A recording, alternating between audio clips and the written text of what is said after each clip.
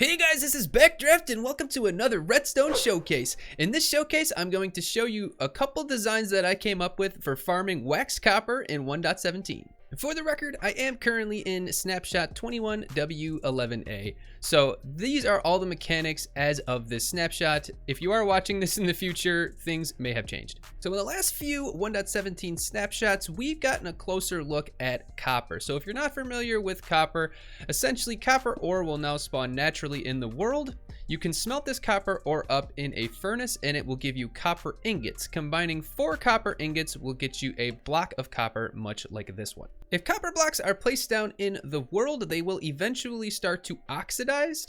The first level of oxidation, I guess is what you can call it for the copper, is the exposed copper. Then we have the weathered copper, and then finally the oxidized copper if the copper is left out too long. Now you can keep these blocks in the state that they are currently in if you wax them, and to wax them you simply right click them with honeycomb and then they turn into their waxed equivalent. So see here, I now have a waxed block of copper. When they're waxed, they will not oxidize any further. You don't have to manually right click the honeycomb onto the block of copper. You can indeed use a dispenser. Now if a dispenser has some honeycombs inside of it and the dispenser is activated, the honeycomb will simply be dispensed out. That is as of this current snapshot. I don't know if Mojang is going to change that or not. But if there is a block of copper in front of it and the dispenser is activated with the honeycomb, then you will get a waxed copper block. So the thoughts then started churning on how this could be automated. The first simple thing that I came up with, of course, is just this simple dispenser. So if you place a piece of copper right here, of course, this wall will change, which will activate the observer.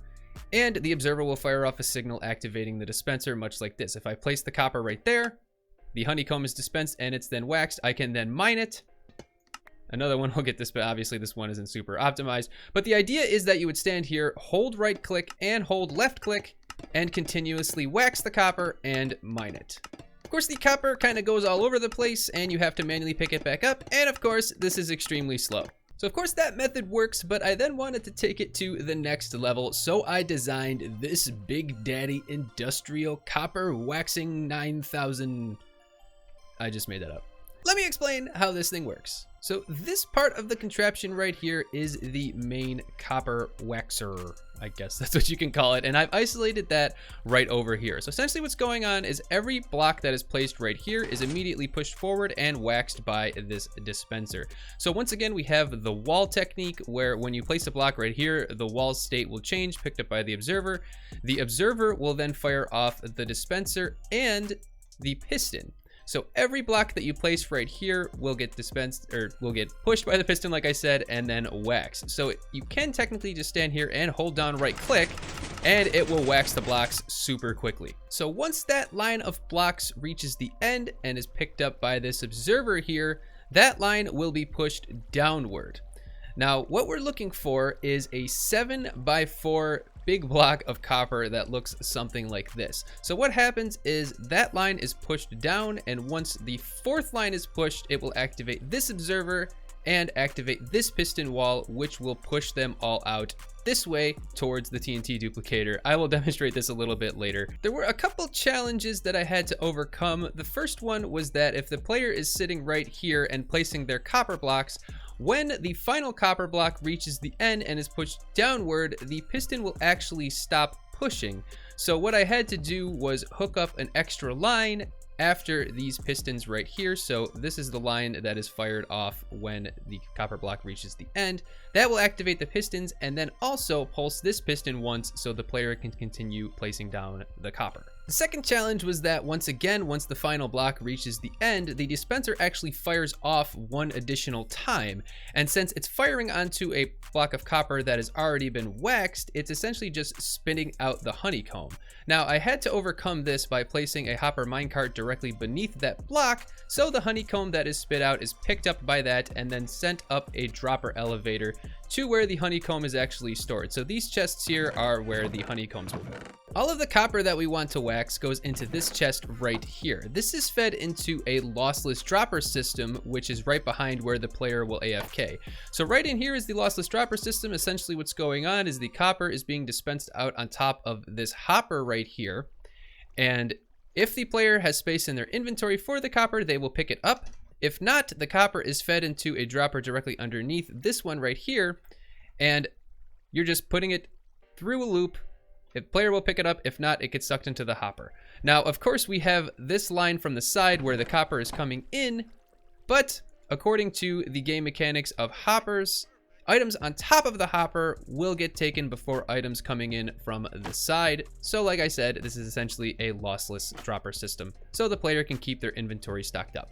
So the player AFKs right here, like I said, they aim at this wall and hold right click. We have a fence here and a fence gate right here, so that the right click will not place copper all over the place when the player is waiting for the copper to be pushed down over there, because essentially this piston will stop and they'll be staring at the wall holding right click. If there were other copper blocks there while they were waiting, they would be spamming them all over the place. So we have these two here just to prevent that from happening. To start the farm, we flick this lever right here, and this does two things. The first thing it does is it activates the lossless dropper loop over here, and it turns on the TNT duper. So this TNT duper is actually pretty quick. It dispenses 1 TNT every 2.5 seconds. It needs to be pretty quick to keep up with the farm. So the idea of this farm was to have something that could wax a mass amount of copper blocks really quickly. But that does come with a little bit of a price, which I kind of can't really see how you can get around. There is potential for a little bit of loss. So when the TNT explodes, you might end up with a situation like this, and you might have a copper block sitting on top of there, and that copper block has a chance to get destroyed by the TNT. Or you could end up with copper blocks on top, depending on where the TNT explodes, or copper blocks on top of this obsidian right here. Those copper blocks will be lost, but it's not really very often that that happens, and you'll only lose a few here and there. So here is an AFK session for the farm. So as you can see, like I said, there is potential for a little bit of loss. Sometimes some of the blocks will get stuck on top of other blocks, or they'll land on top of this obsidian here and get destroyed by the TNT. Not that big of a deal. Like I said, this farm is more of an industrial farm where you don't mind having a little bit of loss here and there, and you want to convert a bunch of copper over quickly and in mass quantities. So as you can see over here, this is where the player AFKs and just places all of the copper down. The copper gets waxed. We have all of the honey stacked up here in these chests right here, of course, and the copper is in there, and it's getting dispensed behind the player right over there. So, as for the rates for this farm, I've done a bunch of AFK sessions, and it looks like if you don't have a lot of lag, you have potential to convert about 9,000 to 10,000 copper into waxed copper per hour. So the chests down here are where all of the waxed copper is collecting up, and you can see this is just from about 10 minutes or so. It's pretty nuts. It's about 6 to 7 shulker boxes. That is quite a bit that you can do per hour. So the one concern about having some of the copper blocks extend out too far and the farm would break, I have yet to see that happen. It seems like the TNT falls and explodes fast enough to prevent that from happening. And that is all she wrote. Thank you guys so much for watching today. If you like this video, please do not hesitate to hit that thumbs up. If you think there's any way that I can improve this farm, or there's any potential issues, make sure to leave those down in the comments. If you guys are looking forward to future videos like this, then hit that subscribe button and the bell for notifications. I make new videos every single week. My name is Backdraft. Thank you guys so much for watching. Take care. Bye-bye.